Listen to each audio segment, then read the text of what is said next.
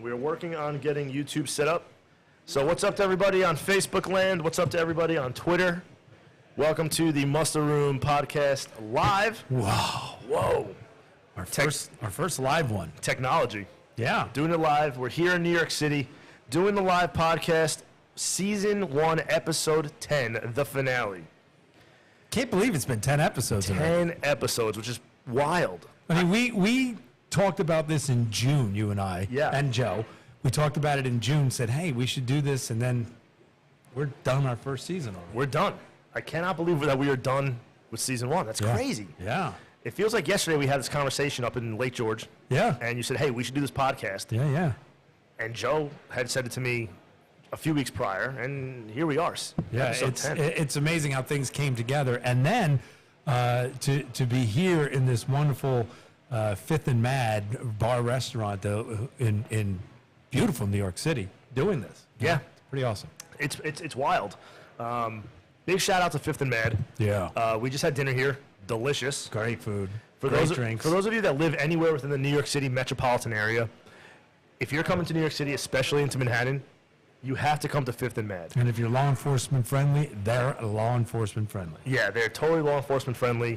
The managing partner is a previous police officer from Ireland. We just did a episode with him We for did. season number 2. Season 2, Episode 1 will Yeah. be discussion with Johnny, Yeah. all about his time over in Ireland as a police officer for 9 years. Pretty awesome.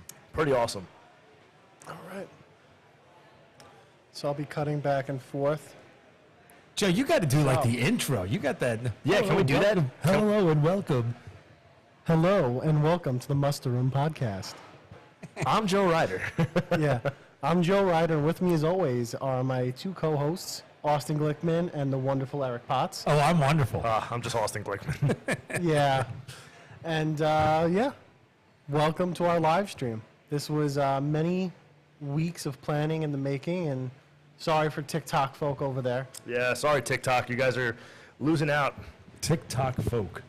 Yeah, I'm not a big TikTok person. So are we officially live on every platform? We're live on everything, guys. All right, awesome. So again, those of you that are following on TikTok, what we recommend you doing, because we're having technical difficulties on TikTok, head on over to YouTube, type in the Muster Room Podcast, jump in on the chat room, and you'll be able to call in live as well throughout the evening.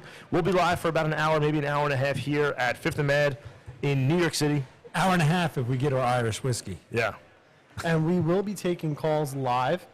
I'm going to put up the instructions for that in a second. You're pretty much going to be calling my cell phone. So if you guys have my phone number, if you call now, you'll get in first. How many people we got in the rooms, in the chat room? Anybody? So we have 11 people on YouTube right now. Okay, We actually got a lot of comments on YouTube. that's great. People asking how do we call in. Okay. Nathaniel, we will put that instructions up in a second. Russ Finkelstein. Hey! My man, Russ. Russ, we were just talking Big about shout you. out to Russ from Plainsboro PD in New Jersey. Thanks, Russ, man. We appreciate all the support you've been giving us. And let me just switch over to the Muster Room account on this computer. So we're officially going to kick off in just a few minutes. Yeah, it's our first time going live, so we have some technical difficulties we're working out, but we're going to be with you guys, and then this will be actually a more controlled podcast than what it is right now. Yeah. If you guys hear all the chatter in the background, it's because we are in a operating restaurant right now. There's plenty of people downstairs. What a great place this is. It really is. We're Yeah, it's phenomenal. upstairs, and the room upstairs is just incredibly big, and downstairs huge. Good food, good drinks. 2 words to describe myself as well. Huge. And big. Yep. Not words used to describe you very often, Austin. No. That's talking about his head and his feet. Yeah, mostly my head. And we are on, I'm seeing some chats. George, thank you for watching. That's George Zayas. We met him at the football game, Austin. Hey, what's up, George? Appreciate you coming into the chat. We also have 50 people right now in the TikTok chat. They're just hanging out with us. They're watching primarily me. Come on over because to YouTube, Yeah. TikTok people. TikTokers, come on over to YouTube. You'll be able to have the full experience over on YouTube or Facebook. All right, we gotta. When are we officially like? Well, we're live now. I'm going to throw up the instructions right now on All right. how to call in. All right, so I'll kick it off. Okay. All right, so here we go. First and foremost, I want to welcome everybody to the first official live episode of the Muster Room Podcast. Episode 1, Season 10. episode 10, season 1 Yeah. of the Muster Room podcast. It's been a phenomenal few weeks. And to think that we threw this all together really in just a few days, more Yeah. than anything. Yeah. But before we even get into that, there is something serious I do want to talk about. As everyone probably knows, especially those of you who are watching right now, many of us work or worked as first responders, whether police, fire, EMS, emergency managers, nurses, etc. We're all keeping a very close eye on Hurricane Ian, Yes. which is currently in the Gulf of Mexico. It is just crossed over Cuba. It is rapidly strengthening into a Category 3, soon to be Category 4 hurricane, with the potential of reaching Category 5 status prior to making landfall somewhere near the Tampa Bay area. Right. We have a lot of friends, family, probably some listeners and followers from the Tampa Bay area. I know we have plenty of them down in the Miami area, Yeah. although they won't be affected as much. We want to send our well wishes to all of you in the storm's path. I know many of you cannot evacuate because you have to work, Yeah. and you're going to be taking the storm head on. Those of us here from the New York area, we know exactly what you've been through. We went through Hurricane Sandy just a few years ago, one of the most destructive hurricanes, even though it was essentially a superstorm, back in 2012. One of the most destructive hurricanes in the history of the United States.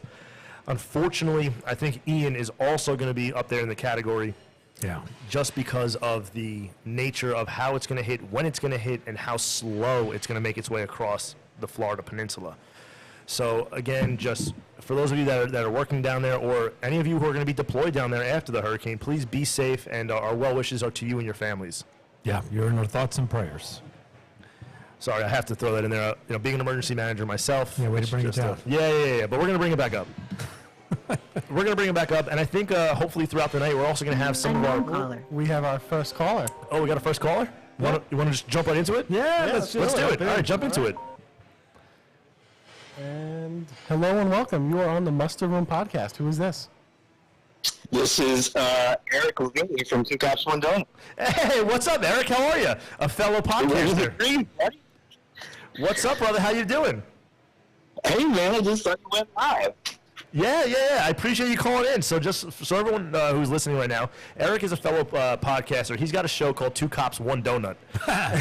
And he's based out of Texas. And he had me on his show a few weeks ago. Very nice. We all look like we've had more than one donut. Yes. I've had many of donuts. Eric, It was a good podcast, too. That was the first live one I've ever done. that's right. It was actually his first live podcast that we've done. Did you have as many technical difficulties as we're having?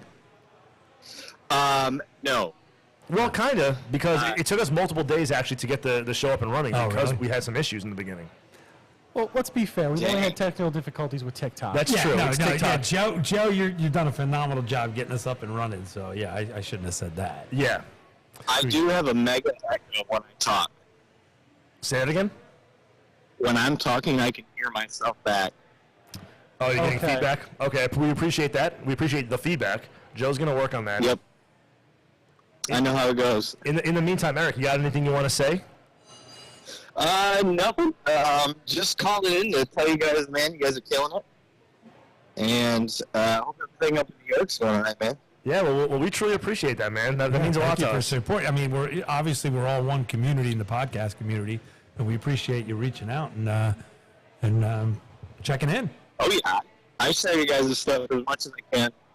It's one of the things I like about the podcast world is everything elevates the more we share each other's platforms. Yeah. Well, we appreciate it, brother. And listen, be safe down in Texas. I know you guys have a tough job down there, just like we do up here in New York.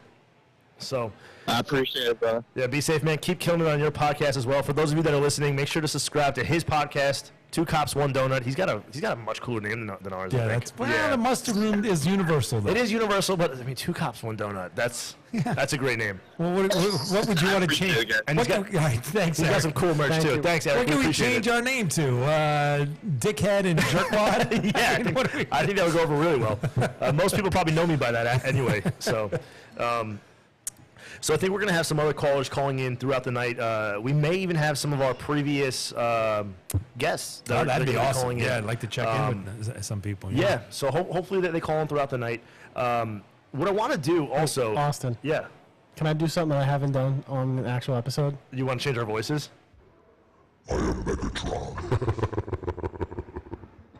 I feel like this is the Howard Stern right now. This is the way we should be, right here. Right here, everybody. Joe has a really expensive board that he likes to play with throughout the show. Even though you guys haven't heard it on the podcast, we mess around with the guests all the time. The second thing I want to do is I want to give a shout out to Eric Potts. Me? Yeah, to you. Here's the reason why. For Joe and I to do this podcast, logistically, it's pretty easy for us. Being that we're both from Long Island, we both work here in New York City. A lot of the shows happen here in the area. But Yeah, all of them. yeah, all of them. Literally all of them.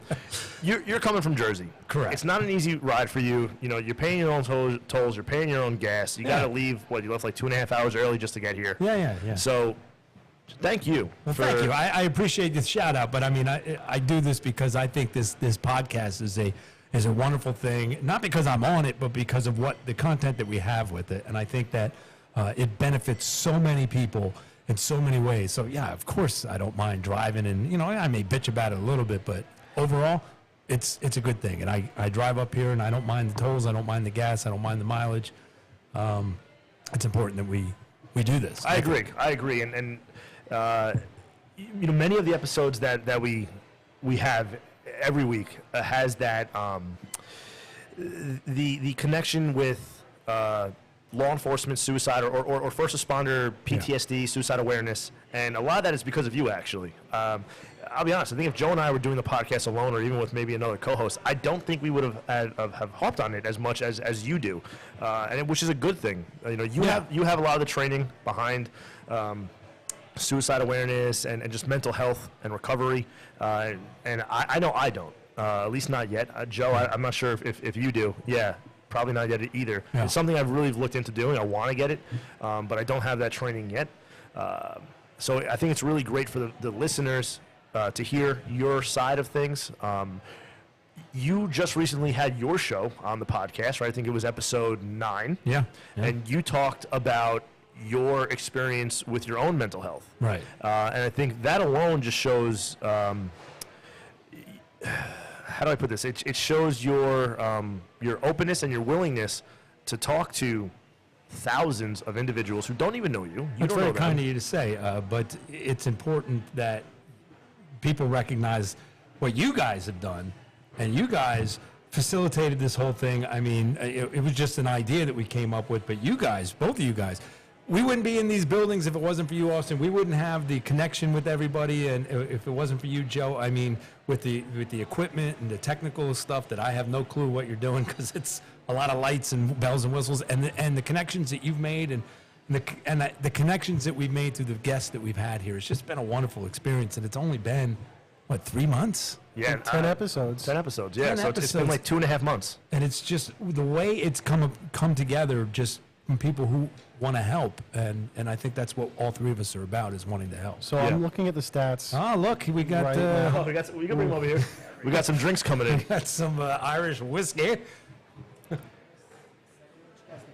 Thank you very much. Thank you Appreciate very it. much. Thank you. Thank you. I'm responsible. I just got a Coke. So did I. I just got a water with lime in it. Yeah, I got iced tea that's watered down. What should we say? As Johnny said, slanty? Is that what it was? Whatever. What was it? Yeah, whatever. Slanty. Cheers. I don't know, something like that. Cheers. Unknown caller. Another caller. All right, we got to stop kissing each other's butt and let's all go right, on yeah. to. We got Will calling in. Is that Will Jimeno? Oh, Will. Will, is that you? Yo, What's up? Can you hear us? yeah, I can hear you guys. Do you have an echo on your end, Will? Not right now. Good. All right, fantastic. Awesome. So who do we got calling in right now? Will Jimeno. Oh, well, I was having him do it, Joe. You just ruined the surprise. All right, everybody. So let's welcome Will Jimeno from the Port Authority Police Department. Probably, if I had to guess, and Joe, you can actually pull up the stats. Probably, Stats open right now. probably one of the most, if not the most, viewed and watched episode of the Muster Room. No, not by far. I think your first guest has me outnumbered, but and that's good though, because again, it's a police survivor sharing his experience, and that's what's important. Paulie does And have that's you why I was on- calling in, because I wanted to compliment Eric on what you were talking about, which I think it's very important and close to my heart, is making sure we pass the message along to everybody in our community, the Thin Blue Line family and all the other first responders that, your happiness, your mental health is very important on such a tough job that we all do. So, Eric, big thumbs up to you. And, Austin, you just saying that, hey, man, you would have probably not done it as much is an honest thing, but I think it's very important, and you guys are doing a great job with that. Well, Will, thank you very much. That means a lot coming from you, so I do appreciate that. But, we're a family here, and it's a family affair, and you're definitely part of the family, Will. I mean, my God, that was one of the most emotional things that I've ever sat through. And, we didn't even ask a question. Maybe one or two towards the end, but we just listened to you. Well, that's because, like my wife says, I just talk a lot, so. But it was a riveting conversation, and to listen to you and what you went through on 9/11 it was an incredible, moving experience for me. I know that. For sure. Yeah, well, again, what I tell people is it's just a human story, and I want people to understand that I'm no different than them, and that, we have so many police officers and first responders being injured, and again, maybe you make the news, maybe you don't, but then the aftermath is the tough part where people aren't looking at you or you're not getting the support you need, and I want people to understand that you have a family now, especially with you guys and other entities and other podcasts that are willing to share stories of other officers and first responders who've been in critical incidents and have found a way back to finding their happiness. And I think that's so important. Yeah. Will, I got two things I want to tell you.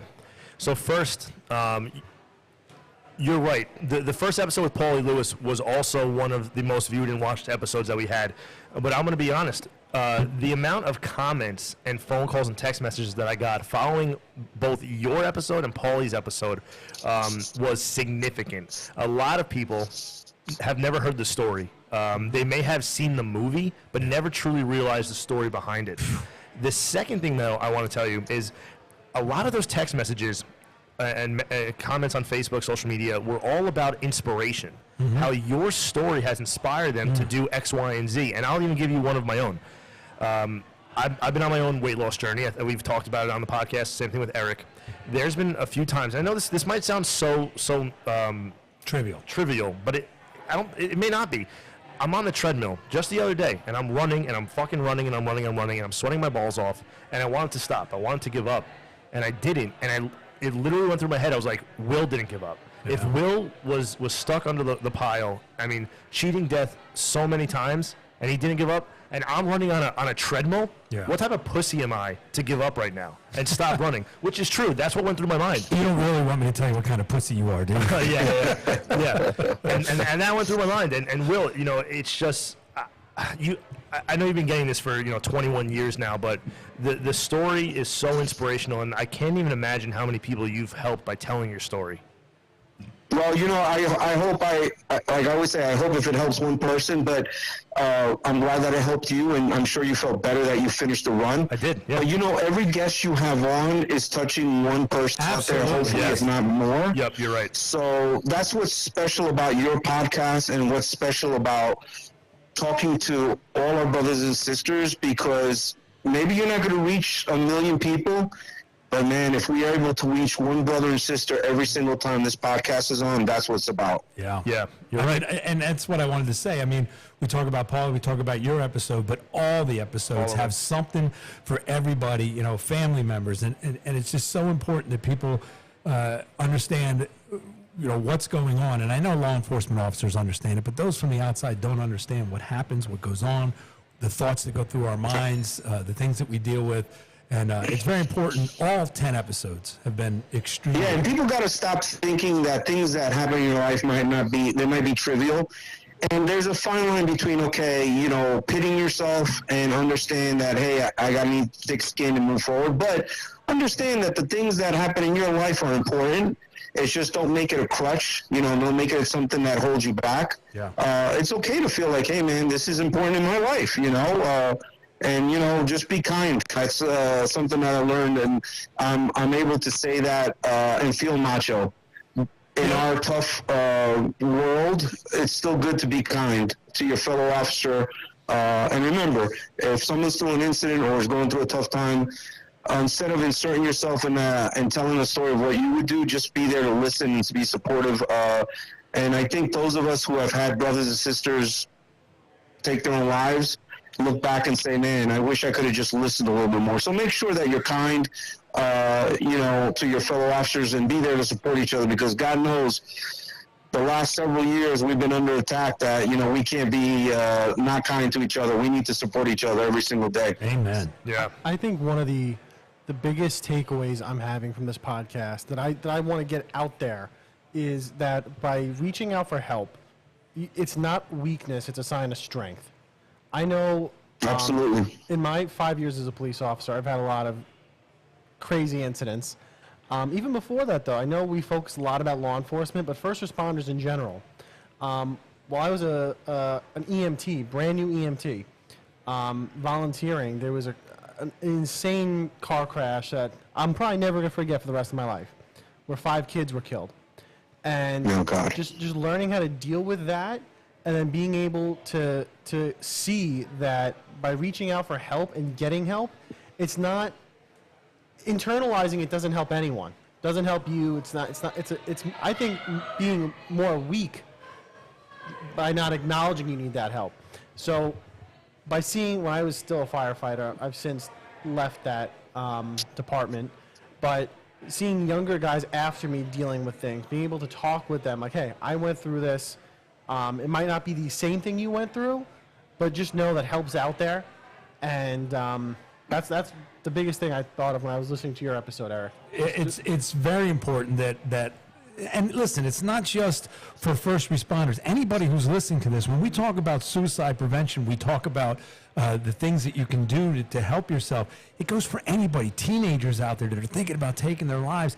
Listen, hold on for one more second and talk to somebody. That's all you got to do. Just hold Yeah, on. and you know what? I think it's important that we send the message out here today. Like Joe said, it's a sign of strength that you need help, because, like I said in my podcast, I felt alone. And people that are listening to this podcast, if you feel alone, you're not alone. You're not. Someone's going to be there for you. And something that I learned is being macho is doing what you have to do when you have to do it. Mm-hmm. So if it means that you need assistance because you're struggling mentally and physically, whatever, that's a true sign of strength, that you're able to say, hey, you know what? I'm going to take care of myself, because then I'm going to be able to take care of my family and other people around me. So I just want to say I appreciate you guys. I'm not going to take up too much more time, because I'm sure there's other callers. I love you guys. I love everybody who's serving us. God bless every single one of you and your families. And just everybody stay safe, man. And I got to go put out the garbage because my boss is yelling at me. She's telling me. Hey, Will, we love you, and thank you so much. Yeah, Will, love you, brother. So much. Thank you, man. Thank you. All right, guys. Be safe. You too. Really good. Yeah, it's that's the type of things. That's the community that we want to build here with the muster room. We want to listen. We plan on having some fun tonight, but we're also going to talk about some serious issues. And oh wait, wait a second. Got a message here. How do I make out with Austin? From Bob the fireman. Bob, speaking from experience, buy him lots of ice cream. And first off, that only happened twice. All right, 3 times if you count tonight. But just sorry, Joe. One last thing, just to piggyback off what just happened. We've also received messages, even in the Muster Room Podcast Facebook group, of people saying, hey, I've struggled through X, Y, and Z. This is what helped me. And we're building a platform or a community on Facebook specifically. So for those of you that are listening, if you haven't done so already, I highly recommend go onto Facebook, type in the Muster Room Podcast, join the group, and become part of the conversation. There's over 1,000 people already in that group, and we're only on the first season. Imagine. And if I could, also check out Blue Line of Hope, which has a lot of information about suicide prevention and law enforcement. Another great one that Eric runs. Yeah. Join both of those groups. Become part of the conversation. You never know when you may be able to help somebody or somebody may be able to help you. Absolutely. So I want to point out one of the comments that we got from Dispatcher Mike. Don't forget to check on your dispatchers those same calls affect them as well. 100%. I laugh because dispatcher Mike reminds me of prisoner Mike from The Office, but he's absolutely right. I was a dispatcher myself. I know exactly what he's My talking about. son is dispatching now. Before he's trying to become a police officer, but he's a dispatcher now, and absolutely. So many, I don't know what it is, but so many first responders, especially cops, I don't know why, seem to shit on dispatchers. And they say dispatchers aren't first responders. No, they are absolutely the first line of communication. They're your lifeline. Yeah. They're your, if 100%. you're, when you're screaming into radio, who's answering that radio is them. Yeah. So last year for 9/11 with the police department, I did a video with our NYPD Central, which is what we call our radio dispatchers, about a few of them who worked on 9/11 and their experiences, and just hearing them and hearing some of the transmissions that weren't necessarily publicized, and hearing the dispatchers talking with people like in the buildings. Like, as a dispatcher, you're kind of helpless at times. Yeah. Like you physically can't do anything. You have the units there.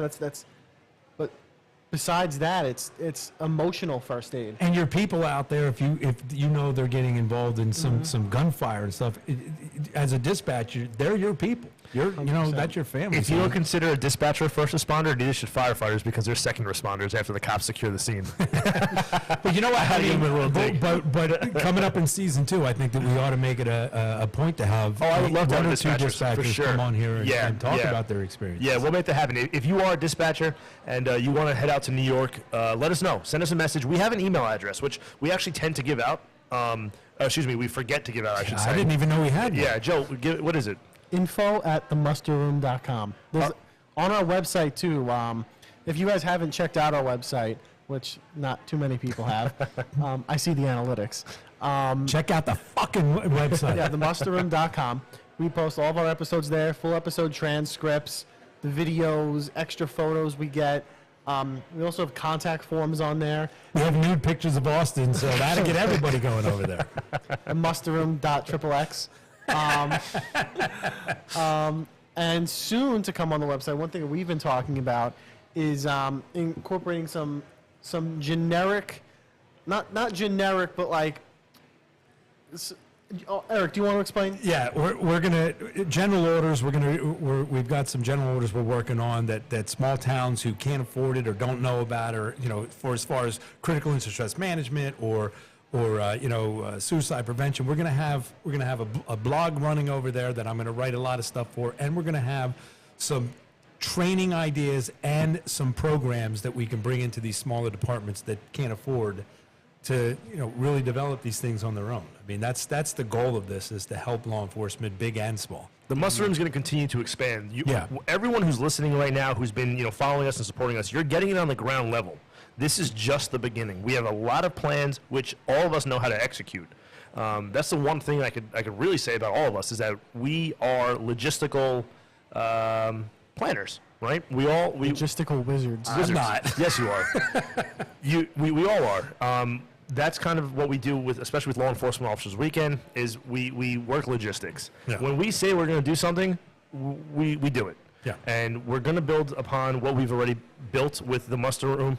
It's only going to get bigger and bigger, and there's a lot more to come. I think we surprised ourselves a little bit at how popular we've become. I mean, we hoped, but we didn't know. No, we definitely didn't know. Do you guys want to actually hear how many downloads we've had? I don't know. Do we? Because I've been telling people. We have in the all time. So since we started the podcast, Which is only 2.5 months ago. Yeah, we've had 10 episodes, one trailer, which I Yep. don't really count. We've had 2,719 downloads. Well, we got a phone call. 2,700 downloads. We got a phone call. We have Austin. another caller. Oh, it's Amanda Linehan. Let her call in. Hello? Hello and welcome to the Muster Room Hello? Podcast. Who's calling? Hi, this is Amanda. Hi, Amanda. How are you? Good. How are you? Good. So for everyone who's listening right now, this is Amanda Linehan, my wife. So be gentle. Amanda. Amanda, have you seen Austin naked? Yeah, to answer Bob's question, Oh, she's breaking up. to be the Oh no. Oh, Amanda. Must be that Long Beach reception. Amanda, we can't hear you. Can you hear me now? Yeah, try Yes. that. Try again.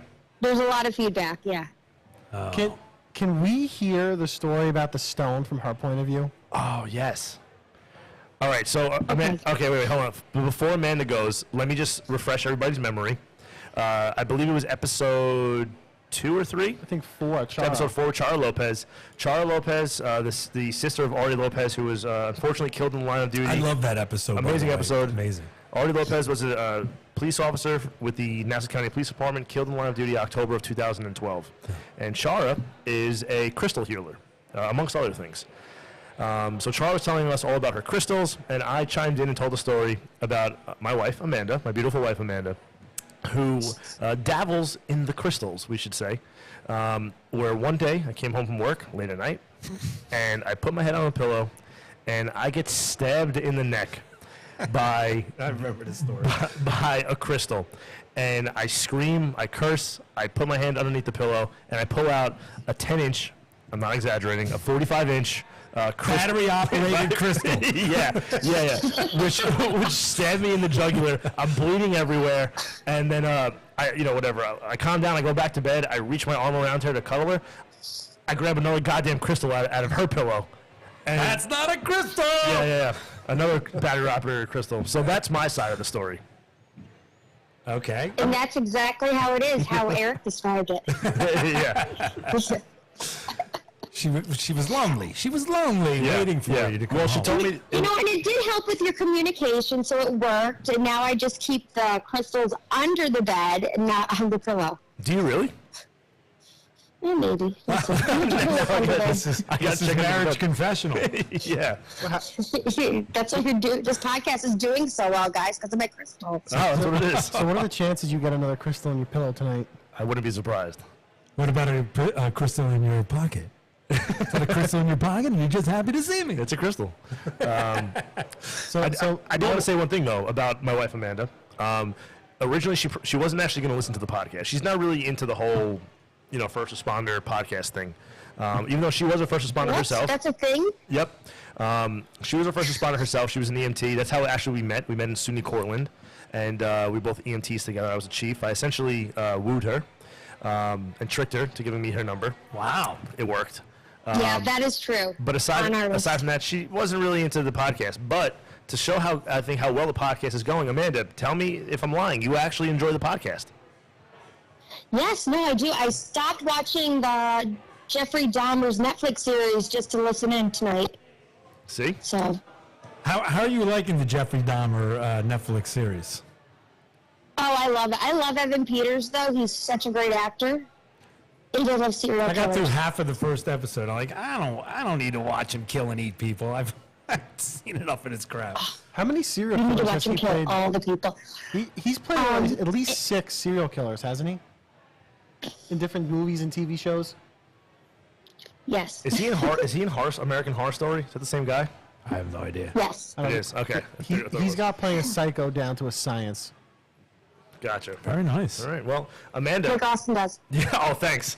Nice little jab. Well, thanks for calling in. We appreciate it. I love you. I'll see you in a few Welcome, hours. and keep up the good work, guys. And also, don't forget about my idea for a podcast. Which is Was what that baking a cake? Was that what it was? No, the cult idea. the cult. Oh, okay. So, as a police siren passes by, Amanda's idea, which I think is a great idea. The NYPD has a unit. This is no joke. It's called it's like the Ghost Hunter unit. We're in. I've been already. Ghost Hunter, I'm in. There's 2 detectives who have Shaggy. doctoral degrees in religious studies and in something else, where they are assigned every case that has to deal with cults and with Oh, we got to do this. yeah with Halloween. yeah, we should try to get them on. What else? Joe, they do cults. They do This is my first time hearing this. yeah, no, they do Satanic yes. rituals and stuff. Right, yeah, they do all that stuff. To the yeah. So we can summon them. Yeah, yeah. So So they actually, when I was in the police academy as a recruit, they came and spoke to us. They gave us a whole seminar on like what to do if you ever come across anything, because it happens all the time in New York City. You know, especially like in different, I won't name in specific cultures. It happens a lot. You know, sacrificial animals and all this stuff. And I actually came upon one once as a patrol officer in the 30th precinct. We found a goat head nailed to a tree. And we had a, it was crazy, right? But apparently that's actually pretty common in this specific culture that lives in the area. So Amanda was like, hey, you should have these guys. I was like, that's an unbelievable idea, because I guarantee there's probably no other police department in the world that has that. Let's get that. Let's make that happen. Yeah. I'm going to reach out. So Amanda, thank you again for that idea. We're definitely going to go forth with it. At least someone in your family comes up with good ideas. Yeah. I know, right? Somebody has to. And me and Charles will bring the crystals so you guys are protected when you talk to them. It'll be great. Perfect. You can stab us in the neck again. Yes. All right, bye, guys. Bye. Thank you. So Paulie Lewis commented on YouTube, our first guest and first ever guest. Our community manager on Facebook. His question to us is, what was the most impactful episode for you all to film? Maybe we do that individually. What, like Austin, which episode had the most impact on you when you got done with it? Oh, wow. That's a good question. I'm going to say this, and I'm not even trying to be political about this. Every single episode had a specific impact. Absolutely. And I think they're all different. They're very similar in many different ways, right? But all different, of course, in their own ways. Yeah.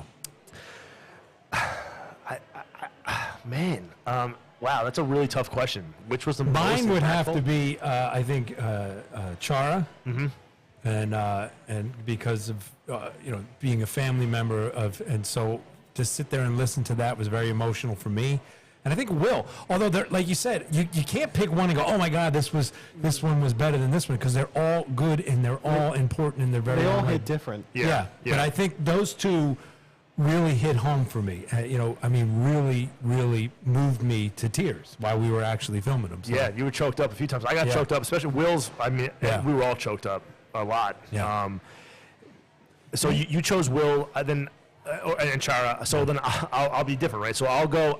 So Paulie, he asked the question, right? Incredible. But I want to go with Paulie because Paulie's a personal friend of mine. Yeah. And I've been watching his progress for like almost 2.5 years now. Yeah. And to see where he was when he first started out, after he got shot, he's been doing social media even before he got shot, and he had a following, and then he got even exploded after the shooting. To see his progress go from where he literally couldn't even move his hand at all, almost his entire arm, to now. Just the other day, he posted a video of himself throwing a football over like 16 feet and hitting his target that he threw it at. Like, that's an unbelievable feat, because at the time of the incident, the doctors told him, hey, listen, you're probably never going to be able to use your hand again. First and foremost, you're lucky to be alive. Yeah. And secondly, you're probably never going to be able to use your arm. And to show that he has completely told the doctors off, essentially, I mean, that's so inspirational, right? Sure. And then secondly, one of the other ones is again, I'm biased with this one, the one with Chief Richard Corbett. And essentially the reason I'm saying that one is because I was there when all this shit went down with Hurricane Sandy and being on the roof and having the car explode next to us. And that was like one of the first times that I actually thought that I was going to die, was fighting these fires in Long Beach during the height of Superstorm Sandy, a row of houses on fire on a roof with 75 plus mile per hour winds, no water pressure. And we were just doing whatever we could to put this fire out. And I was like, fuck. Like, if we don't do this, nobody else is. We're going to lose the entire city. Mm-hmm. And essentially, in my own mind, I said, I guess I'm going to have to sacrifice myself to make this happen. But you wouldn't have hesitated to do that. No, we didn't hesitate, because without any hesitation, I was up on that ladder, on the roof.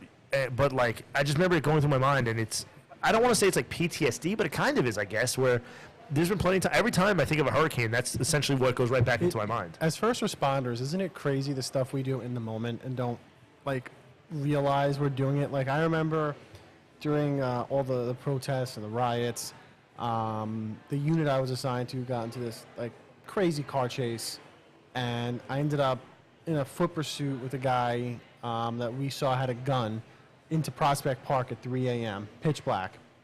And to a normal person, that's not something you're going to go do. But as a police officer, as a first responder, just the stuff you do in your training kicks in that you're not even really conscious of. You're just your training kicks in, you're just going, and then you get done, you're like, oh shit. Even when I was like a paramedic, like now, it's funny if Ari's listening, my fiance, like if one of the dogs vomits or shits in the house, I like gag, like but when I was a medic, like guys, legs hanging off, arms hanging off, shot, this, that, and the other thing, guts are spilling out. It's like you're just laser focused in what you're doing.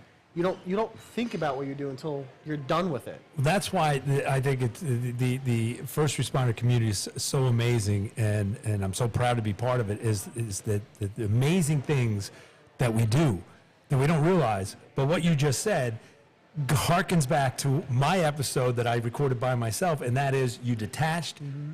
You got to reattach. We got to make sure and I preach this all the time. You have to reattach. When you go to a scene that's particularly gruesome or whatever it is, and you make that gauze humor, you do all the stuff, you become laser focused on helping that and handling that scene.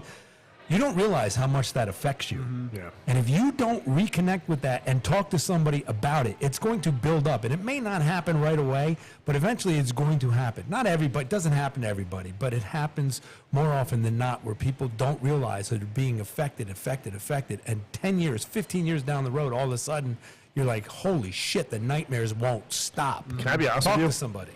So I'm actually really scared that that's going to happen to me. My wife, all my friends tell me I don't have emotions, and I've been a cop now I get that too. Yeah, I've been a cop now for 8.5 years, going on 9. I was a volunteer firefighter for 14 years, EMT, still am for almost 14 years. I've responded to almost everything you could think of, right? Shootings, stabbings, hangings, crazy fires, car accidents, whatever, right? And I've never had that moment where it's been like, I've never had to like go back and like decompress. I've never had to like think about the issue, the call that I went on. Never once has it ever crossed my mind that I needed help for anything. And I'm really scared that one day that's all going to hit me like a freight train. I don't know when or why or where, but I have a feeling, I don't know why, but like because I'm so immune to it, or at least I feel immune to it right now, that there's going to be that straw. Well, that's the gonna thing break. is, you're recognizing it, so you need to start addressing it now. I mean, that's not to say that it's not going to happen to you, but if you start addressing it now, you start dealing with those emotions and those feelings, and saying, you know what, that fucked me up, man. That just totally fucked me up. You know, you're great friends with Joe. Talk to Joe. Talk to me. Whoever. Just say, you know what, I didn't say, and that gets the ball rolling because. I think what we're doing right here. I was just going to say that. Yeah, absolutely. That's the whole, but that was the whole purpose of this thing when we began the Mustard Room. Is like, let's help each other out, right? Because we're killing ourselves. In the comments here, our friend dispatcher Mike, who's from Jersey, who's going to be in touch about maybe coming on at some point. Yes, great. please. He Yeah. even mentioned that he's the same way, like what I was saying with blood. His wife or kid, blood freaks him out. But as a firefighter, been to calls with several accidents and doesn't really faze him. Yeah. I mean, he said he's been a firefighter for 18 years. And I mean, I think this is something that we all go through. And if we don't talk about it, we all think we're going through it alone. Yeah. But that bingo. But like my experience, even though the actual events are different than everyone else's, the aftermath and like what happens to us is, I think, is the same for all of us.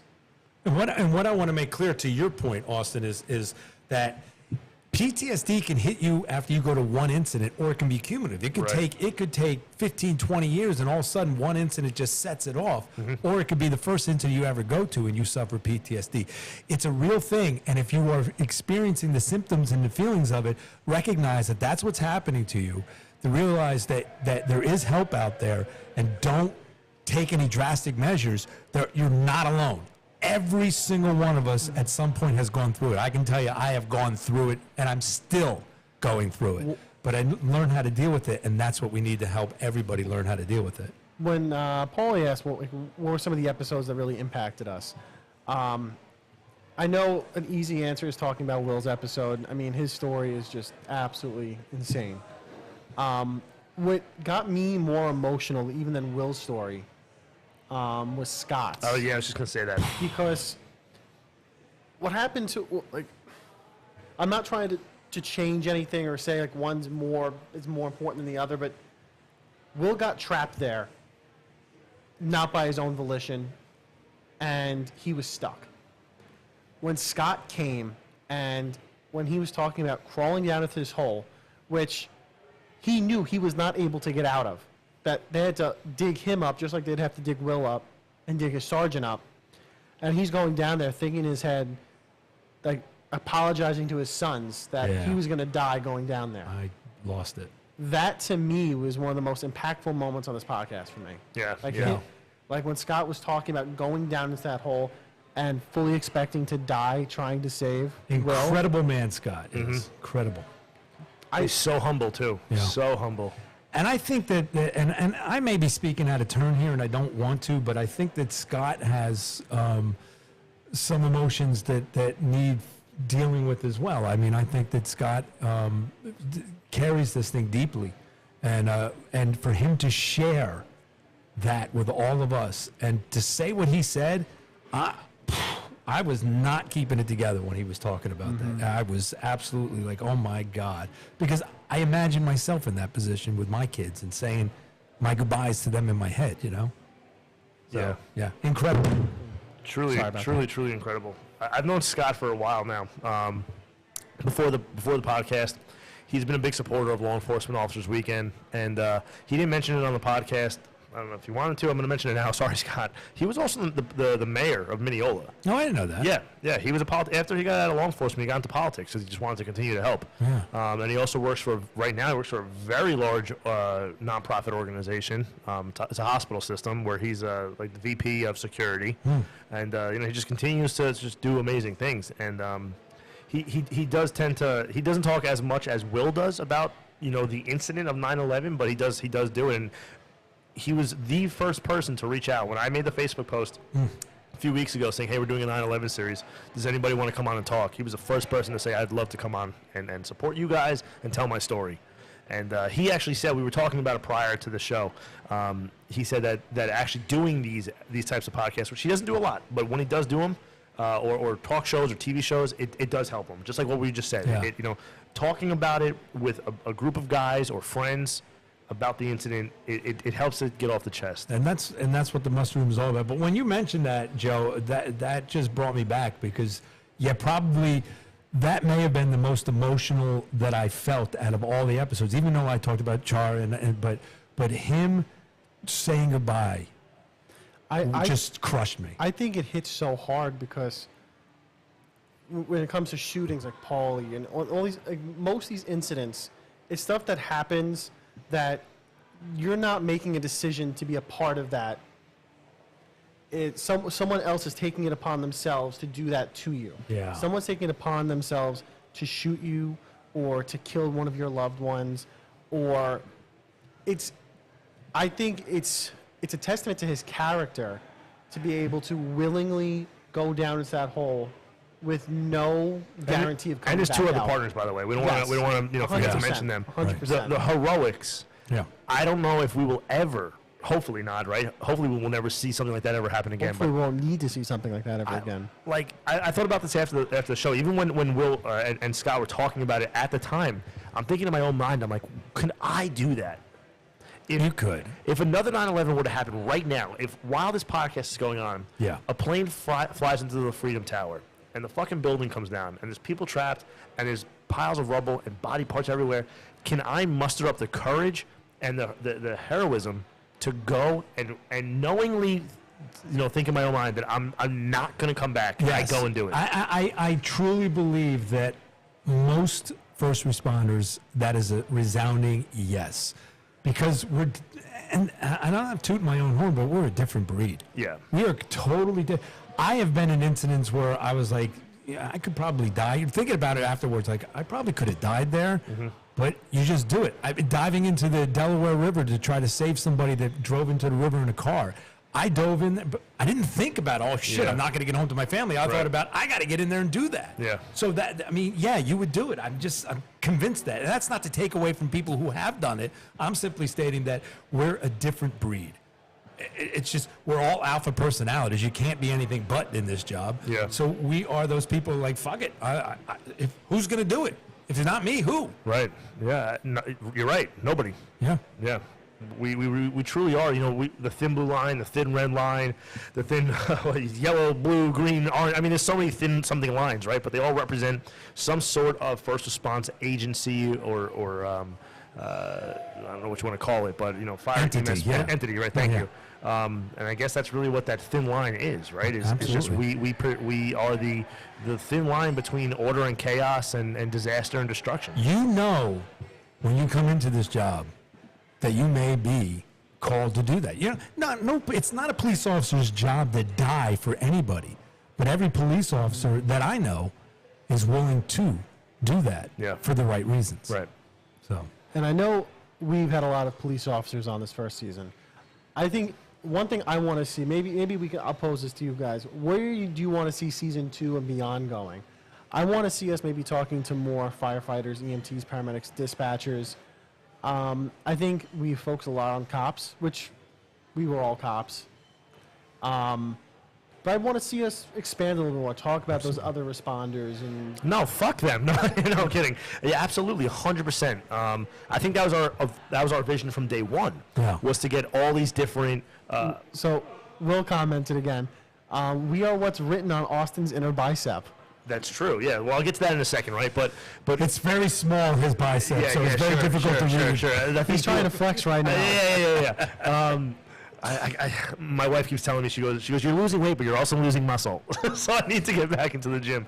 The gym for the right reason. I need to start building muscle again too. But anyway, going back, I think we all had the original idea of interviewing not just cops, right? Yeah. Every first responder and military members. I mean, hell, you could even interview someone who's like a lifelong tow truck operator, because those guys and gals deal with some crazy shit on the highways. Yeah.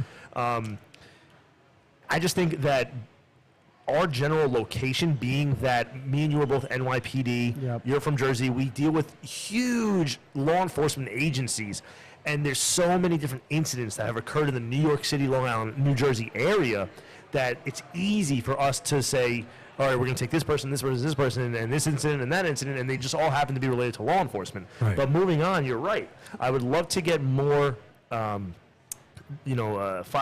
EMTs, medics. We want to travel nurses. to other places, Right. other states, and talk to people and really put our finger on the pulse of first responders and military. I know we joke a lot about cops and firemen joke a lot at EMS's expense, but some of the stuff that EMS goes through, I mean, besides their atrocious pay, which really needs to be corrected. I mean, I know You guys are fucked up. I've never laughed at EMS. Never. I mean, jokingly. We just give them all our shitbag. I love EMS. I love you guys. Don't listen to these two. 55 EMS. Yeah. We just have EMS deal with all the things we don't want to deal with. Like, to do that job as a career, to go through that and to actually last. I mean, I know a lot of guys join EMS to go jump to the fire department in New York City. It's kind of like a stepping stone here. But geez, what paramedics go through during the course of their career, the stuff you see and deal with every day. Yeah. I mean, as cops, I don't even think we deal with that level of chaos. It's constant. Oh, 100%. I mean, we're dealing with an aging society as well, right? So even if you're not dealing with the constant, gunshots and stabbings, anywhere in the country, you're dealing with the aging elderly. So it is one call after the other, and it doesn't stop. And we focus a lot on like gunshots and stabs from traumatic injuries, but no matter where you are in the country, car accidents, all of that. I mean, honestly, the worst calls I've been on, I mean, I've been a police officer in the New York metro area for 5 years. The worst injuries I have seen in my entire career happened when I was a volunteer on Long Island. The car accidents and a little quick story. I was what's called a critical care EMT, which is pretty much a bastardized paramedic in New York. Could do everything, had standing orders, all this stuff. I just couldn't give as much morphine, which kind of just sucks for the person I'm treating. But I got credentialed in the morning, and then I'm driving back with 2 other buddies who just got credentialed, and we got a call for a person trapped at a granite store The dude was moving granite with one of those cranes, and one broke. It didn't like crush him, but it fell on him, pinning him between that piece and another piece, and crushing him, like destroying his trachea, everything. I got my first intubation as a critical care EMT 6 hours, actually no, probably 4 hours after I got credentialed. Wow. And that's not New York City, that's Long Island. Yeah. Anywhere you go as EMS, you're seeing crazy stuff day in and day out. Yeah. Doesn't matter what part of the country you're from. I mean, wildland firefighters. I mean, I would love to have a Those wildland guys are firefighter. crazy. Wildland firefighters, I mean, literally just go, no water. Why are you flexing again? I was itching my inner bicep. he's like, Yeah. No, those guys are nuts, right? So you're going into the wilderness with no water, an axe, like a helmet, and like a fire blanket. good luck. See you Yeah, later. yeah. That's what And they're like, all doing. right, go put out this like 10,000 acre fire. See you in 2 weeks. with some dirt and an axe, Yep. and we'll see you. Yeah, we'll see you in a few weeks. Yeah. those guys are nuts. I don't know how they do it. That's crazy. Yeah, I agree with that. Yeah. And even other law enforcement agencies, like in New York, like we have backup. We call an 85 or a 13. We have 50 other cops at our incident under 2 minutes. You go other places in the country, even where you are. Oh, yeah, no, I know. I was rolling around on Route 1 with no backup coming. But Like- fighting with somebody. Like training is so different depending on what you do. As an urban police officer, our training is a lot different than other places. Like, geez, you go to Alaska. You're in Alaska. I don't know if any of you watch Alaska State Troopers. Yeah, I love that show. Like some of the stuff they do. Like, I couldn't when do that stuff. you're in a smaller department, like, you're not an NYPD, and like I was a detective for the last 10 years, you are cross-trained in everything. It's a murder, you're handling it. If it's, with the county prosecutors, but you're handling it. If it's a rape, you're handling it. And that's it. That's what you do. You handle anything that comes across your desk. So yeah, you're definitely trained differently as an urban, as a rural police officer, as opposed to, being in New York City where it's specialized. Yeah, I feel like we always think everyone else is the exception, we're the rule, when really it's the other way around. We're the exception. No, to oh the yeah, rule. we are definitely the exception. I mean, Yeah. you guys are way busier, obviously, than we would be in a smaller town. But I mean, don't be fooled. I mean, obviously, there's stuff going on. I mean, Paulie was in a very small department, and he was shot in the line of duty. So I mean, it happens, and it happens everywhere. And I think it happens more often, believe it or not, in the smaller towns. than it 100% it does, actually. Yeah. You can look at the statistics on the Officer Down Memorial page, ODMP, and a lot of the shootings and the deaths occur outside of the major metropolitan areas. And you're like, that doesn't make sense. It actually does make sense, because I think the criminals know, first and foremost, that if they do some stupid shit, there's going to be 100 cops on them within a minute or so. Right. And, when you go to these rural areas, everybody's carrying a firearm. Mm-hmm. In New York City, in Chicago, and some of these other major areas, a lot less, right? Because the gun laws are a lot stricter, too. Right. I think if you go to ODMP, I'm not sure if Joe's looking it up right now, but I think like the highest number of officer involved, highest number of officers killed in line of duty, I think is in Texas. Yeah, Texas and Florida, I would imagine. No? I'm looking right now. Give me 1 second. Annual statistics.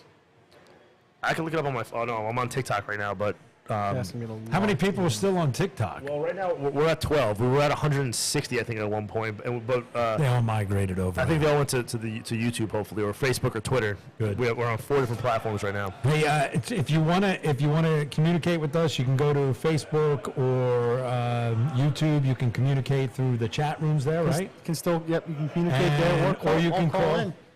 And you have the number posted up, It right? is 631-433-3367. We'd love to hear from you. Yeah, we're gonna post it up. Yeah, and we just got a message from the Blue Voice. Oh, okay. I wouldn't want to do a medic's job. Yeah, so the Blue Voice, they are another popular law enforcement Facebook page. They share a lot of our stuff with Law Enforcement Officers Weekend. I think they're also sharing stuff from the muster room. Awesome. So a big shout out to them. We get this a lot. While Joe continues to look up the statistics, people ask me with the muster room and with Law Enforcement Officers Weekend, who's your competition? I get that question a lot. There is none. And and you know what? And I always say it's unfortunate. 2 different ways, right? One, when I say there is none, we don't see any competition because we're all doing this, hopefully, for the right reason, right? Yeah. So whether you're following, let's say, the Muster Room or Two Cops, One Donut, Hopefully you're following both. yeah, hopefully you're following both. But there's no competition, right? Because you're getting information from all these different people, and it's essentially the same information. Right. And that's the most important. And then secondly, I wish there was more competition because if there was, more people would be getting helped. Yes. So Totally agree with that. there's no such thing as competition within this, this realm. I like to think of us Fuck all the other podcasts. yeah. as a charity. I mean, we've alluded to it here, but me and Austin and Eric here helps out a lot. But we're on the board of Law Enforcement Officers Weekend, which is a national nonprofit helping fallen officers and injured officers. I like to think we're one of the only nonprofits that doesn't want to exist. Like honestly, if we're never needed again, it wouldn't be soon enough. Yeah, it'd be great. Absolutely. Yeah, you're right. So, I mean, bring on competition. I mean, the more resources that we can give for these officers, the better. Yeah. Because we see it here in the New York metro area. If something happens here, cops get taken care of, which is fantastic. You go other places in the country, it's not the case. Yeah. Right. And we've seen that doing with the charity work, just how hard it can be for families and cops. Yeah. So with that being said, I was going to bring this up at the end, but I'll bring it up now, since we are talking about Law Enforcement Officers Weekend, and we're kind of getting close to the we end got of the about show. 15, 20 another minutes. 20 minutes to go. 2023, Law Enforcement Officers Weekend has two major events coming up that I want to invite everybody to. Drum roll. The first one. Hold on. Do you have a drum roll? You're killing the suspense right now. Nope, that's definitely not the right one. All right, close enough. June 9th to the 11th, 2023, will be our 5th annual Lake George Law Enforcement Officers Weekend. Ooh. We're going to be doing some bigger things than usual, being that it's our 5-year anniversary. So find out some more information by going to our website, which I'll give it to you in a second. The second, and what I think is going to be the largest attended event in quite some time, is our first ever Law Enforcement Officers Weekend cruise, which is going to be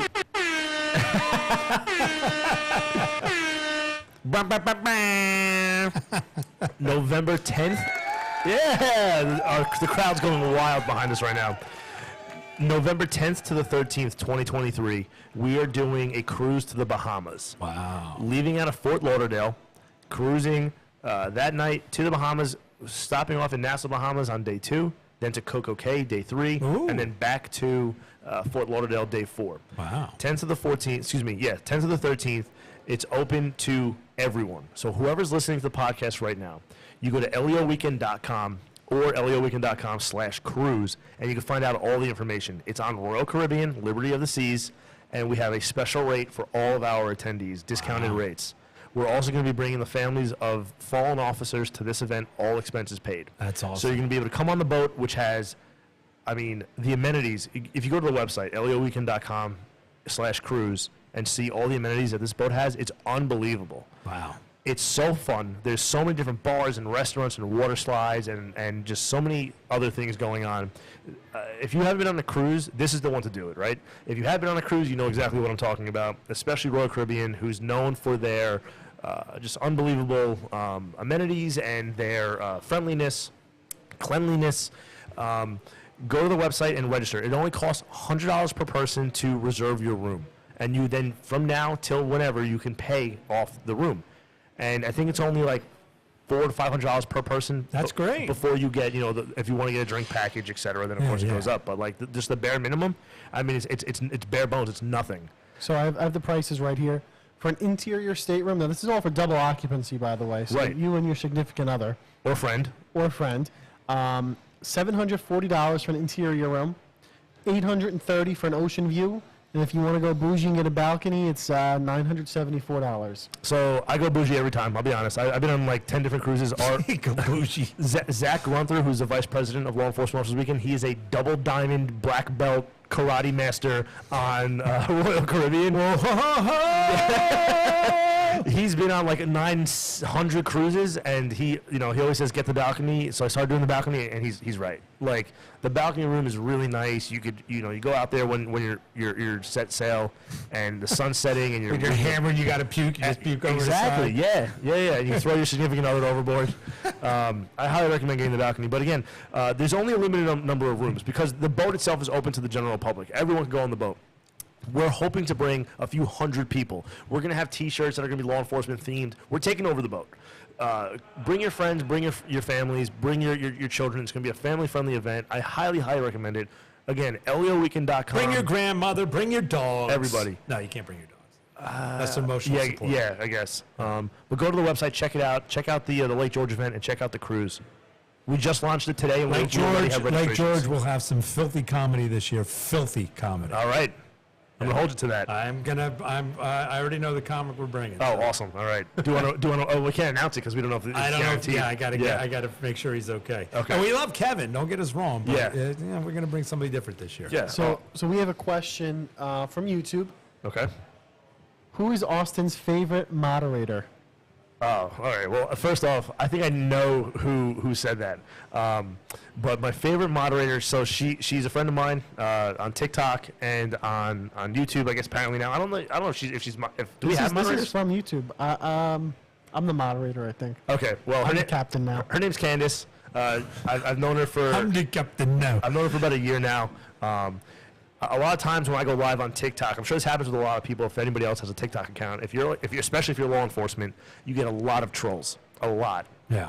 And they come in and they say some really crazy, nasty comments. And there's been times where I've gone live on TikTok where I'll get, over 1,000 people watching, or sometimes more. When I was doing the whole 9/11 series, I got over 10,000 viewers in one single moment in time. Over 75,000 viewers in that one video. And then 2.2 million, like I was showing you earlier on some of the other videos that I have. And these comments come in quick and fast. And if you don't have moderators, what happens is eventually TikTok will flag your video as like hate speech, even though you're not the one talking it. So if you don't have good moderators to delete or ban or mute these trolls, they could really fuck up your whole thing. Bring it on, trolls. Give us some trolling. Yeah. Troll us over here right now. Come on. So just We Right. gotta see it. test out our moderator. yeah, so a huge shout out to Candace and to everybody else who's been a moderator on my TikTok account. And Candace is now my favorite moderator. she's great, and I have something in the works for her that I'm gonna get her a little gift. Yeah, I've been working on a little something. I owe her already something anyway, but this is something secondary, and hopefully Does eventually. your wife know about this? Yeah. Hopefully we'll have enough. Do you have any comments on TikTok? Oh, Speaking you know of what? it? Yeah, let's jump to TikTok real quick. All right, we're gonna look at the TikTok comments. All right, so I got people saying. Austin's the sexiest man I've ever met. I got people saying I got your 6 brother. Another I got your 6. Six. I'm Austin, and I'm the best. I got. People saying that they're a volunteer firefighter in South Carolina. Thank you for your service down there in South Carolina. Let's see what else we got. People just kind of agreeing with everything that we've been saying. Best podcast ever from James. Thank you, James. We got people saying Glicky. Hey everyone, hope everyone is still staying safe tonight. What else we got? I got your 6. Let's see. Oh, some other dispatcher Mike was on TikTok, so he came over from TikTok. So just a lot of love on here. Somebody checking in from Indiana. Looks like they're a firefighter. Yes, he commented on this also. Okay, awesome. Thank you, everybody, for tuning in. Listen, we're going to do more live shows. Steve said the 9/11 podcast was very, very interesting. Thank you, Steve. Oh, Thanks for commenting. And, One of the things we try to do is be educational too. We're not just telling stories here. There's a purpose to what we're doing. Yeah. Yeah, absolutely. I don't know what that purpose is yet, but it's a purpose. I've had a great time, and one of the other things I want to bring up before we end up ending the show is that we were talking about this earlier. The next episode that we just shot, which is going to be episode 1, season 2, was with Johnny Moore, who is a police officer from Ireland. He's now the great conversation. It was a great conversation. He's now the he's the owner manager. Does this count as a cliffhanger? This is a cliffhanger, yeah. He's the owner manager of where we are now, Fifth and Mad in New York City, an unbelievable restaurant and bar. 9 years, like I said, as a police officer in Ireland. What was different with that episode that we just shot is that it was more lighthearted, Yeah. and it was fun and interesting and historical because we were talking about the differences between cops in the U.S. versus cops in Ireland and the history of how the Irish and New York City have been so close with one another. Yeah. It was different because we weren't really focused on trauma and any major We incident. touched on it. touched in it, but not much. And I think we all agreed that our podcast can be, or is honestly, a touchy subject for a lot of people because they're listening to incidents that deal with death and destruction constantly. So we've had 10 episodes now where every single theme of that episode was death and destruction. Right. So what we're going to do is, being at the muster room in general, and I don't even mean the podcast, I mean the actual muster room, is a place where people go to not only discuss incidents, but also to have fun. Yep. And to enjoy one another, and to have food, and to share all these really great experiences. So moving forward into season 2, 3, 4, 5, 900, we're going to start having... Season 900. Yeah. I hope I live that. We're going to start bringing on guests who are... And sprinkle it in between all the other shows that are lighthearted and fun, and it's just going to break up, that from some of the sadder, more intense But stories. we are not going to shy away from No, those of stories. course not. We just want to Because it's so sprinkle in important that we a little have bit that. of everything into the podcast because it's nice to do that. It's refreshing for us also. Yeah. To sit through 10 episodes, to ask these really tough questions, it takes a toll on us too. I'll be honest. Going into some of these stories where we know the outcome already, right? Because we do our due diligence. We talk to the guests prior to the show, and we always say we don't want to know too much because then it seems like we already know too much. I don't want to ask questions to make it seem mundane, right? Right. I want to seem like it's off the cuff, but we already know going in what's going to happen. And it takes a toll on us too, right? So I think it's best for everybody that we throw in some fun, lighthearted conversations as well, and that essentially is what just happened with episode 1, season 2, and I think that's a good time to say that what's going to happen is this. This is, as you all know, the final episode of the Muster Room for season 1. This is the season finale For like a month. for a month, right? So that's what I was going to get to. We're going to shoot Austin in the shower, and then when we come back, we'll tell you who did That's the Muster Room OnlyFans, okay? It's going to help us. pay our bills It's going to somehow. make some side money for us, some side hustle, and I'll be in the shower with crystals as well. That's the stripper's name. No kidding. That's what we call Joe. Yeah, that's what Joe is Crystal on the side. We're going to take about a month off. But when I say a month off, we're still going to be shooting episodes over the next few weeks. A month off from we're not going to be posting episodes on YouTube and Facebook and the podcast platforms. So we're going to take a month off. We're going to continue to shoot episodes, and then come November, the first week of November, I think is what we're aiming for, we're going to launch season 2. And we're going to have some really awesome guests because we already have them lined up. Yep. Joe and I, this coming I week- won't be in them because Well, you guys are a going few to of be them. traveling A few down of them. south. Joe and I are traveling down to Miami this coming week for the Law Enforcement Officers Weekend Miami event. And on the way, we're going to make a few stops in different states, and we're going to interview a few different officers from different Somehow states. I got kicked out of the podcast. This is my last day. Is this my goodbye? This is your goodbye. So cheers. Nice knowing everybody. By the way, the tab's not free. You're going to have to pick that up.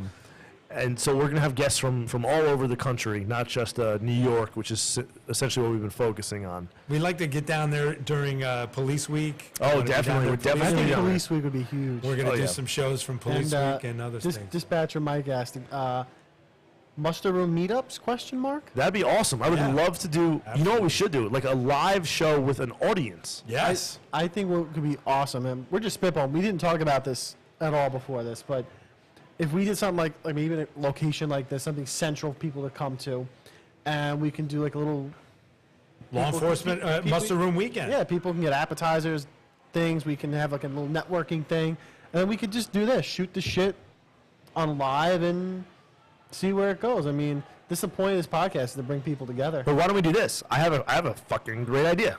Let's do it on a cruise. First- Yes. Why do we? Everyone who's listening right now to the Muster Room, and because the Muster Room and Law Enforcement Officers Weekend and some of the other partnerships that we have are all very intertwined with one another. Why not invite everybody onto the cruise?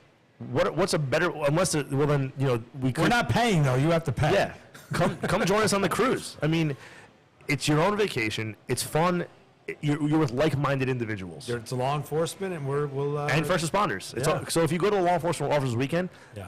the section where you register, there's a section for other first responder. You don't have to be a police officer, a deputy sheriff, corrections. You can be a firefighter, an EMT, a paramedic, military. You can come with us. We call it law enforcement officers weekend because that's the focus of the event. But it's open to everybody, every first responder. I definitely think having a couple live shows, live audience, and then mixed with that, I think it could be awesome. And I have a special place in my heart for military people. I did 6 years in the Army, as military police, and then 25 years as municipal civilian police officer. But, come on, military. Come on and get with us, join us, and hang out with us. And then all the work you've done for them outside of the military in your own personal home, behind the closed doors. What does that mean? So anyway, this has been the Muster Room. What are you trying to say? We love you long time. We love you long time. If anyone, Do buku. if anyone here has a story they'd like to share on the Muster Room, feel free to drop us a DM, leave us a comment, send us an email, info@themusterroom.com. It's a contact page on the website. We want to hear your stories. I mean, we wouldn't be here without every one of you guys listening, without everyone who's downloaded. We've had nearly 3,000 episodes downloaded since we launched, which is That's incredible. Great. Wow. You can find us if you don't know about audio podcasts. We're on every platform, Spotify, iTunes, everything. Just search the Muster Room, and you'll find us there. Joe, I have a question. I've been Yes. telling people that we've been in like the top 20 percentile of podcasts. Is that true? So, Or am I just lying to everybody? so podcasts, like audio podcasts, like when you're looking at iTunes and all that stuff, to be in the, say, the top 50th percentile, you only need like 28 downloads per episode. Oh, we're crushing that.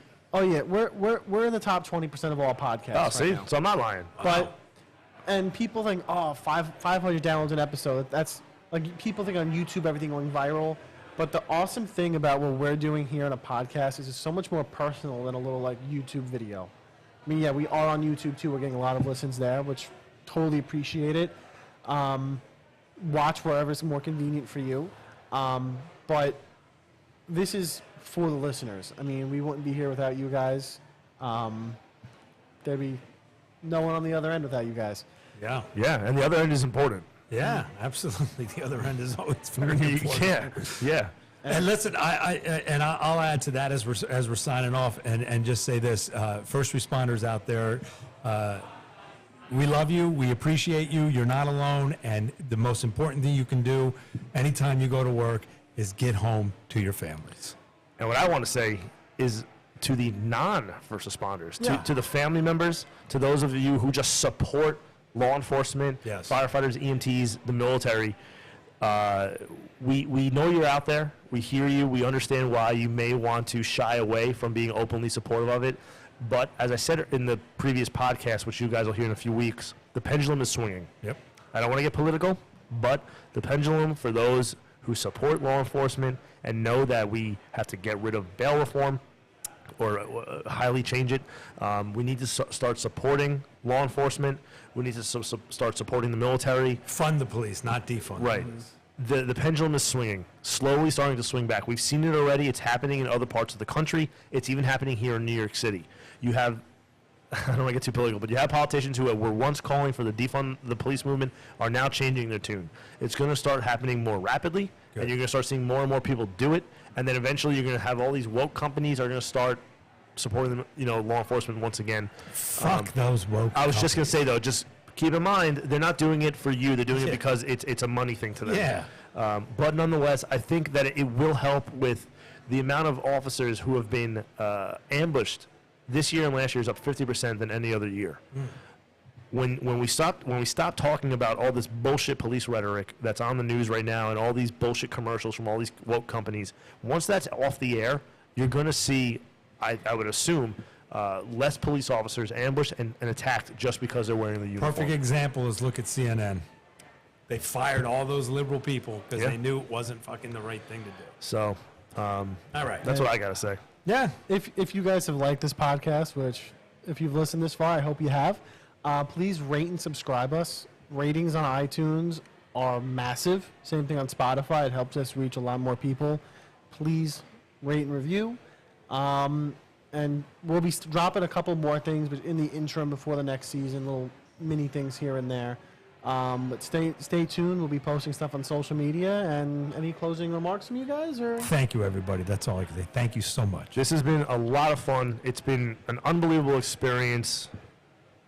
Thank all of you for believing in us and Yeah. trusting us to give you guys really important, fun Now, you need to stop singing Don't Stop Believing. information. So Don't stop believing. I feel like what's the no the this every time the Yankees win. Speaking of which, I'm not a Yankees fan. I don't know if Judge. Oh, Judge is Judge up right now? Wait, There hold he on, is. wait. Can we stay live for a second? This would be crazy if this happens. Aaron Judge is up right now. If he hits a home run, he breaks or ties the Ties record. Roger Maris. Roger Maris. How crazy if he does it live on the podcast right now? Yeah, and then we Everybody- could have him as a guest. Yeah. Oh, come on. Everybody should tune into the Yankee game right now on the Yes Network. Let's see if this. Oh my God! I if don't this think happens. people in Indiana have the Yes but Network. They probably, well, you could download it. I hate the Yankees. by the Shut way. up. Let's see if he does this. It's blasphemy in New York, I know. Oh, he swung and missed. That's okay. I feel like I'm a baseball announcer now. What is it? 1-1. It's a 1-1 to count. We have a man on first. Judge just swung and missed pretty hard at a looked like a slider. That's a home run swing. He's going for 61. He hasn't hit a home run in like 4 games now. Let's see if he could do this together. Let's see if we can gonna miss. positive thoughts for Aaron Judge. strikeout. Ah, you missed Another again. swing and a miss. Come on, another swing and a miss. Come on, another swing and a miss. Now, you know what? I want to see the guy. Yeah, wouldn't it be I'm cool not- to do this live on the I do. podcast? I do. I'm not a Yankees fan, but yeah, that's cool to see this history. You know, it's Seems like a good deal. yeah. I'll make you a deal. If he doesn't hit a home run, we'll just cut this part out when we put it on online. Yeah, you're going to have to cut it out. Yeah. But for all of you that are listening live, this could be a special moment for all of us No. together. Here we go. No, good eye. All right, ball. What's it, 2-2? 2-2. It's a big screen over there. It's a huge screen. It's Yankees, This is a great bar. Blue man. Jays. It's a phenomenal bar. What a great bar in New York City. It's a great meetup spot. We may Yeah. have to do a meetup here, actually. We're definitely going to do Yeah. a tri-state area meetup. Yeah, that'd be a lot of fun. Somebody wants to pick me up and pay for all the tolls because it's expensive. All right, here we go. The windup and the pitch. Oh, all right. It's 3-2. 3-2. Full count. Man on first. It is 5-2 Yanks. What inning is it, Joe? Is that 6th? I can't tell. I don't know. Might be the 6th inning. I can't really see. But Swing, batter, swing, batter, batter, batter, batter, swing, batter, batter, batter, batter, batter, batter, batter, swing, batter, batter, swing, batter, batter, swing, batter, batter, you got batter. everybody on the stadium's up on their feet because they all want to see it. They're And playing. they all got their phones out. They're ready. They're videoing. They're away too. Oh, all right, he popped it up. Foul ball. Oh my God. This is a long at bat. We're definitely gonna have to edit this We have out. lost every listener. Yeah, I wonder how many listeners we have right now. 8. on YouTube, there's 8 people. All right. 8. We got eight Yankee fans. Yeah, I would have bailed out too. One person on Facebook. One person on Yeah, Facebook. I don't right. blame you guys. So thanks for hanging out, but Yeah. I would have bailed. So we have 9 Yankee fans essentially listening right Yeah. now. They're probably watching I would assume they're watching the game. All right, here it goes. This Here is we it. go. The This is pitch. it. Outside. I walked him. All All right. right. With that, Aaron Judge gets walked. Goodbye, everybody. Goodbye, everyone. This has been the Mustard Room Podcast Live, our first ever live show for Season 1, Episode 10 finale. It's been a pleasure. We love all of you. Thank you again for listening and watching. We will see all of you in November.